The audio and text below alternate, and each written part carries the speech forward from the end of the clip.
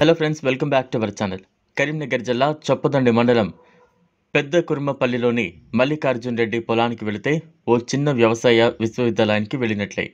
ఎందుకంటే సాగులో నిత్యం ప్రయోగాలు చేస్తూ ఉంటారు. 18 ఎకరాల్లో అతను చేస్తున్నది సమీకృత వ్యవసాయం. పొలంలో ఓవైపు పచ్చని పంట పొలాలు, మరోవైపు ఆవులు, మేకలు, గొర్రెలు, కోళ్లు కనిపిస్తాయి. సాగు బావుల్లో చేపల పెంపకము చేస్తాడు. ఇవి అతడికి ఏడాది పొడవునా ఆదాయాన్ని ఇస్తాయి. పంట వ్యర్థాలు పశువులకు మేతగా మారితే ఆవు పేడ జీవామృతంగా మారి పంటకు సారాన్నిస్తుంది.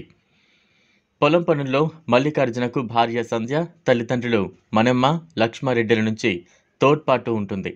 7 ఏళ్ల కిందట మల్లికార్జున్ దంపతులు హైదరాబాద్లో సాఫ్ట్వేర్ ఇంజనీర్లుగా పనిచేసేవారు.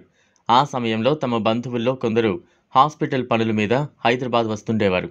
కల్తీ ఆహారమే వారి అనారోగ్యానికి కారణమని తెలుసుకున్నాడు మల్లికార్జున్.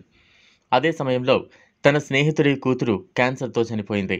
కల్తీ ఆహారం, కాలుష్యం, అభం శుభం తెలియని పిల్లల్ని సైతం బలికొంటున్న విషయం అతన్ని ఆలోచనల్లో పడేసింది. స్వచ్ఛమైన పల్లె జీవనమే దీనికి పరిష్కారం అనుకున్నాడు. తన పొలంలో సేంద్రియ సాగు చేయాలనుకున్నాడు. అతడి ఆలోచనకు కుటుంబ సభ్యుల మద్దతు దొరికింది. దాంతో 2014లో తమకు చెందిన 14 ఎకరాల్లో పంట సాగు బాధ్యతలు తీసుకున్నాడు. పాలేకర్, రాజు దీక్షిత్, ప్రొఫెసర్ జయశంకర్ వ్యవసాయ విశ్వవిద్యాలయం ప్రొఫెసర్లు ఇలా పలువురిని కలిసి సేంద్రియ సాగు, సమీకృత వ్యవసాయం గురించి తెలుసుకున్నాడు. System of rice intensification, SRI పద్ధతిలో వరి సాగు చేశాడు. వెదజల్లడం, డ్రమ్ సీడర్ తదితర పద్ధతుల్లో విత్తనాలు జల్లుతాడు. దీనివల్ల తక్కువ మొత్తంలో విత్తనాలు అవసరమవుతున్నాయని చెబుతున్నాడు. మొత్తంగా ఎకరాకు 25,000 ఖర్చు చేసి 1,13,000 ఆదాయం సంపాదిస్తున్నాడు. మల్లికార్జున్ సాగు విధానాలకు గుర్తింపుగా ఈ ఏడాది ఫిబ్రవరిలో భారత వ్యవసాయ పరిశోధన సంస్థ అందించే జగ్జీవన్ రామ్ అభినవ్ కిసాన్ అవార్డు అందుకున్నాడు. తన పొలానికి అదనంగా మరో 4 ఎకరాలు కౌలుకు తీసుకుని దేశీ వరి వంగడాలైన Navara, Narayana Kamini, Kalabatti, zinc 100, Brahmi, Ratnachodi, black, red rice, JGL 24423 లాంటి పలు రకాల పంటలను సాగు చేస్తున్నాడు.